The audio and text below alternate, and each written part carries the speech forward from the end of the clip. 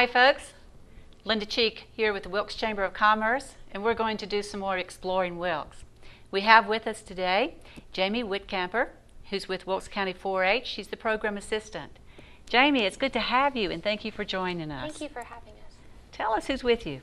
Today I have Kayla Colglazer, a Wilkes County 4-H'er. She is a senior at North Wilkes High School, and along with Kayla I have Giorgio Melissimi. And Giorgio is an exchange student from Italy who is staying with Kayla's family, and he is also going to be at North Wilkes High School this fall. Wonderful. Glad to have you both. Tell us about 4-H in Wilkes County. 4-H in Wilkes County, that's a broad subject. It is. We have a lot going on. 4-H is the youth development portion of Cooperative Extension in North Carolina. So we are proud to be present in Wilkes. We currently have around 980 members in 4-H in Wilkes. Good size, yes. Yep, and about 5 4-H clubs. What ages do you serve in that 900? We serve 5 to 19. 5 to 19. Awesome, awesome. And how are they involved?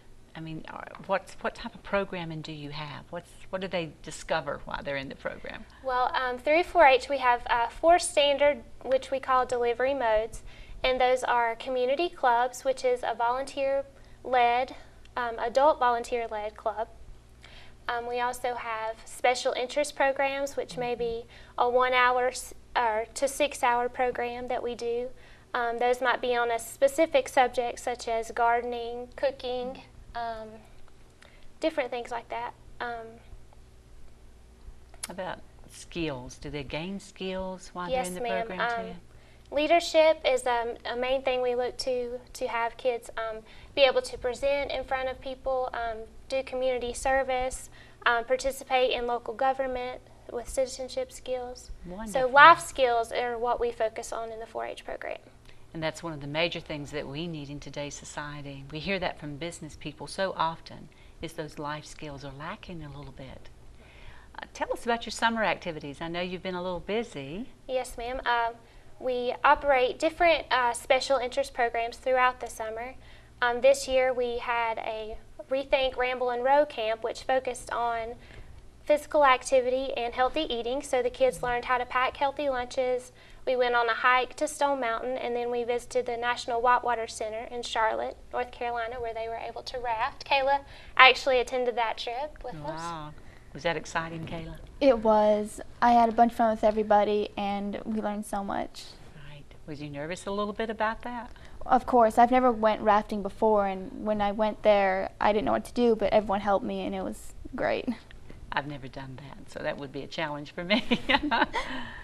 Any awards this summer? Oh, yeah. Our teenagers, they really racked up some awards this summer. We have 4-H Congress, which is the culmination of the 4-H year, where they participate in state-level competitions that's held on the campus of NC State University in Raleigh. And during the week of Congress, students who have created a presentation, which is a 4 to 12-minute speech on any given subject that they prefer, something they have knowledge in or just like to do, they can then give that presentation. First, they have to compete on a district level, and if they win there, they can move on to state. Wonderful. So Wonderful. we had 9 youth from Wilkes County who did that this year, Kayla being one of those. Great, great. Is that out of the ordinary that one county would have 9 recipients? That is a great thing. We are very proud of that. We also have the AIRI competition, which goes back to those life skills we talked about. And AIRI stands for Application, Interview, Resume, and Essay. Okay. And through that program, the youth have to complete an application and resume prior to attending Congress. And while at Congress, they do an interview with a panel of judges, and from that, they are possibly chosen to go on a national trip. Oh, so this awesome. year, there were 69 participants at the state level, and all 6 of our Wilkes County students were chosen for a national trip. Awesome, awesome. I bet they're a little excited. We are, aren't you? Yes, very excited. And where will you go? Do you know yet? Yes, ma'am. The national conference is held at Washington, D.C., and that's the trip that Kayla won. Yep. And then 5 of the students will attend National Congress, which is in Atlanta, Georgia. Wonderful. Well, congratulations. Thank Awesome. you. You got a big event coming up. Oh, yes. And that's the agricultural fair. Yes, ma'am. Tell us when that is and what's going to take place and Well, how can people get there, all that good stuff. Well, the fair is held at the Rotary Fairgrounds in North Wilkesboro, and take-in for the fair will be August 28th, and that's a Sunday afternoon, and take-in is simply when exhibitors bring in their items that they want to enter into the fair, and that can be canned goods, things they've grown in their garden, crafts that they've made, sewing projects, and artwork. Any of those items can be entered, and those forms can be found online on our extension website. And what's that website address? That's wilkes.ces.edu. Wilkes.ces. CES. CES. Yes, ma'am. Okay. Cooperative Extension Service. Okay. And they bring those in, and then we, as the 4-Hers, volunteers, they all help us sort through it, and then we have judges come in and judge those things, and then on Tuesday they're all displayed for people coming into the fair can view them. So the fair will open on October 2nd, and it will run through the 5th. All right. Aren't you doing a little competition with hay bales? Yes, this we year? do. Okay. We do booth competitions as well. So any organization that would like to enter a booth, it has to be based on the fair theme. And this year's theme that the Ag Awareness Club voted on, that's our youth, they voted on hometown, homegrown, and handmade. So that is the theme for the Wilkes Fair. So they may enter a booth, or we also have a hay bale competition where you take a round bale of hay and decorate it to coincide with the theme. So any organization or company that would like to come in and do that, they're welcome to. And that's any group, any adult, child, any? Yes, ma'am. Okay. Sounds exciting. Well, what's going to happen today with Well, Kayla and our special guest?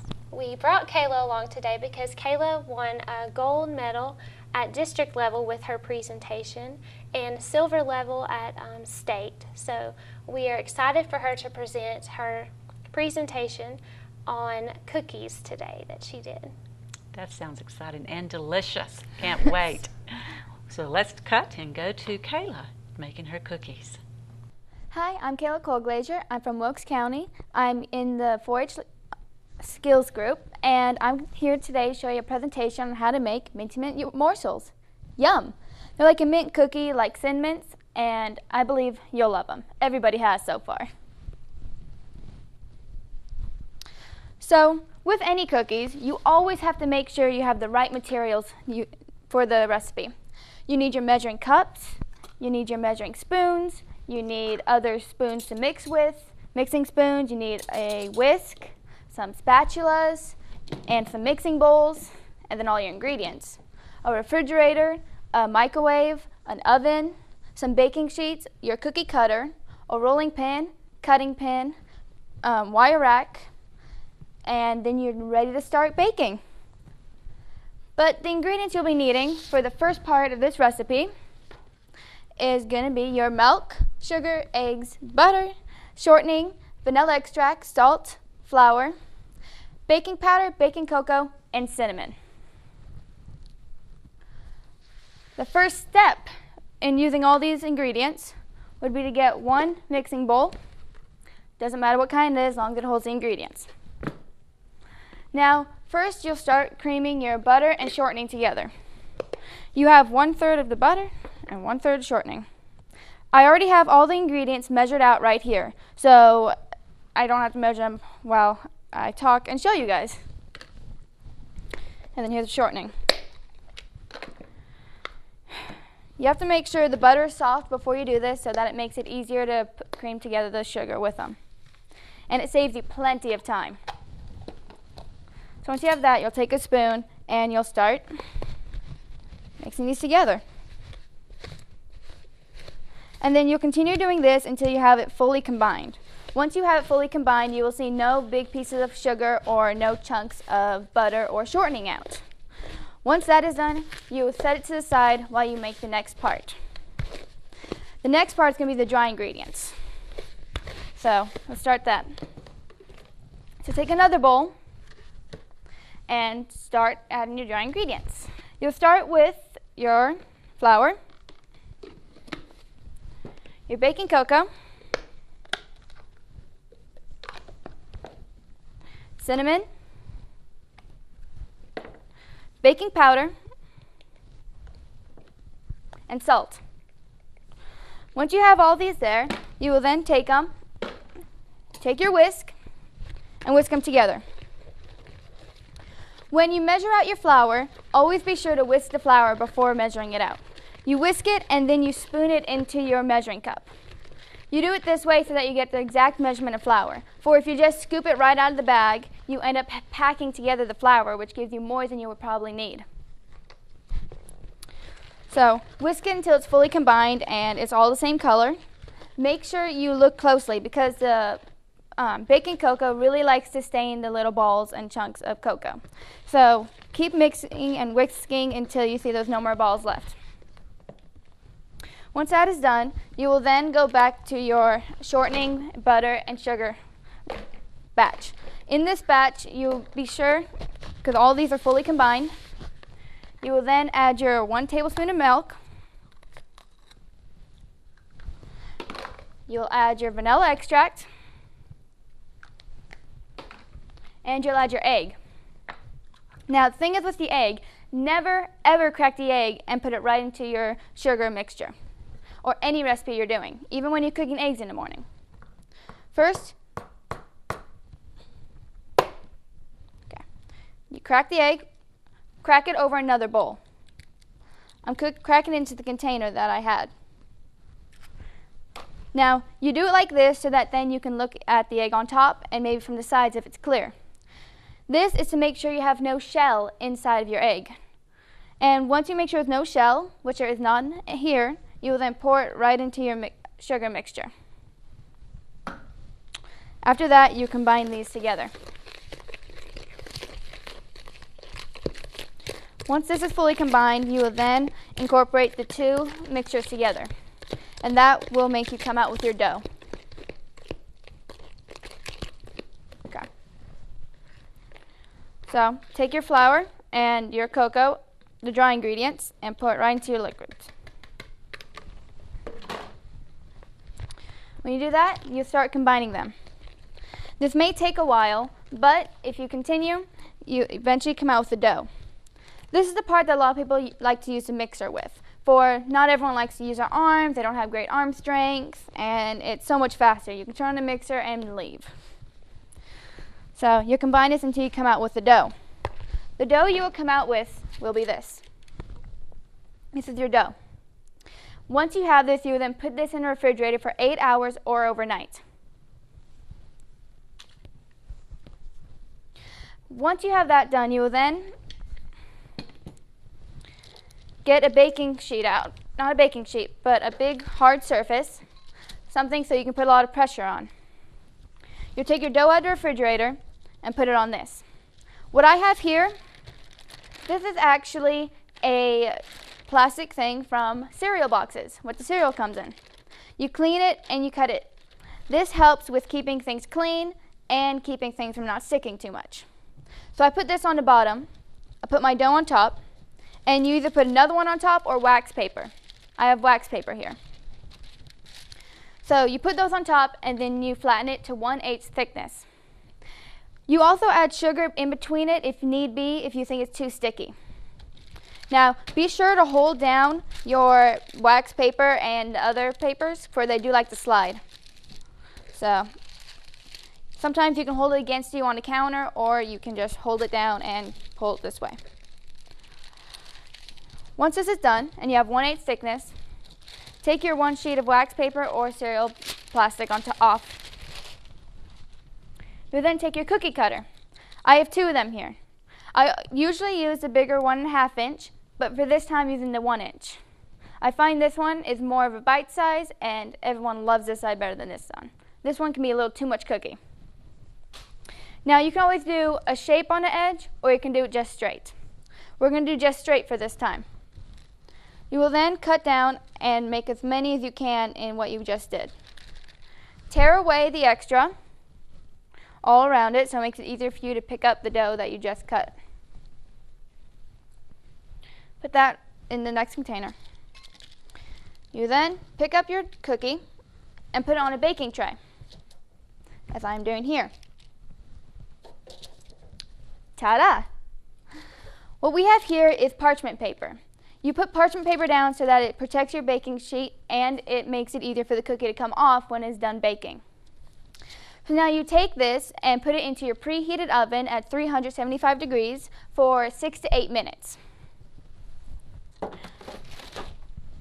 Once that is done, you will take it out, let it set on the baking sheet for a while. Then you will transfer them to a wire rack to completely cool, which is what I have here. And that is the first step of these cookies. Part 2. Yes, this is a long cookie recipe. In part 2, you will make the peppermint part. In this, you will take another bowl, and you will be taking your 4 cups of confectionery sugar. Yes, I know, it's a lot, but you're getting a lot of cookies, and they're really good. So you take confectionery sugar, put in your bowl.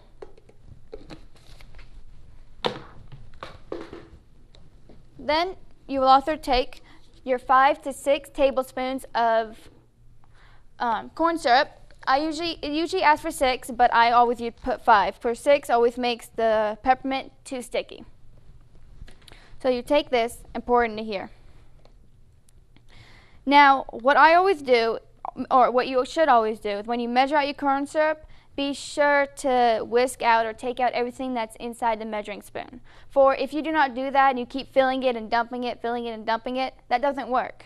For the corn syrup is very clear, so you can't see it, but the point is you can't see that there's a thick rim along your measuring spoon, which keeps half of the tablespoon there or half of whatever measuring you're doing, which makes that you end up putting less in than you're supposed to.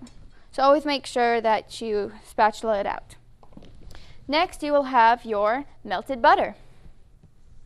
Now, it doesn't have to be hot when you pour it in here as long as it's melted. And then your 2 to 3 teaspoons of peppermint extract. This is an option. You can put as much or as little as you want.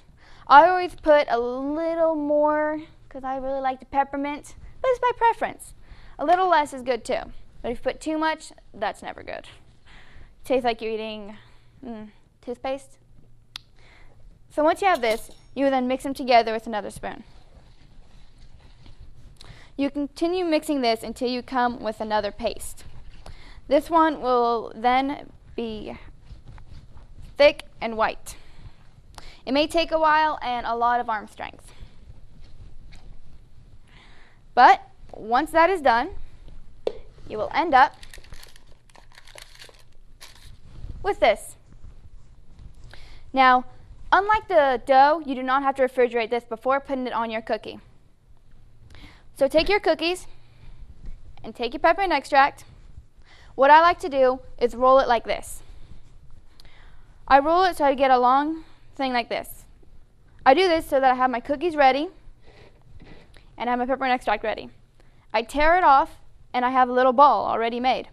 Place that on all the cookies so I know if I have enough to go on all the cookies. If I have to take some from somewhere else or I have extra, I can put on other cookies. Once that is all done, you will then take a cookie that has it on it. Make sure you have the cookie against something flat. It can be your palm or it can be the table. I'm going to be using the table. You will then press the peppermint against the entire cookie and spread it out. As so. I'll show you one more on my hand. The problem about doing it on your hand is that you have the chance of breaking the cookie. For your hand, even though it's flat, it's still a little bumpy. So the best is doing it on table. So you'll spread it out. And that's done with part 2. After you put these in the refrigerator for half an hour. So after these, with the peppermint on top, we're in the refrigerator for half an hour. You'll take them out and you will be putting on the chocolate layer. The chocolate layer has a lot of chocolate chips. You can use semi-sweet, milk chocolate, any flavor you want. It will drastically, and maybe not drastically, change the flavor. So you pour them in a bowl. And then you'll have your shortening. So take your shortening and put it with chocolate chips.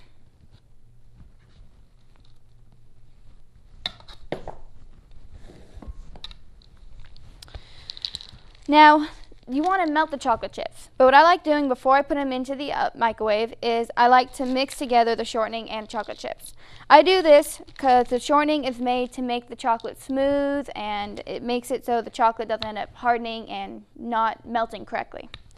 You don't have to do this, but it's probably the best choice if you're not used to melting the chocolate chips. So once you have it fully combined, you then put this in a microwave for about for 30 seconds, half a minute, and then you'll take it out, stir it, put it back in for 30 seconds, take it out, stir it, and start going less, like then go to 20 seconds or 10 seconds until you get a really nice smooth consistency. You get a consistency much like this. So you can pour it nice and with no chunks or anything. From this, you will take your cookies that have the peppermint on top, like these ones do here. Put them over something that's okay to get messy or dirty because the chocolate will seep through.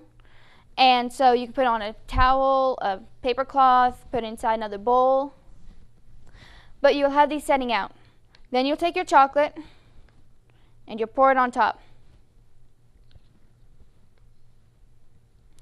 You pour it on top, and then you can spread it out to cover the entire cookie, or you can just leave it.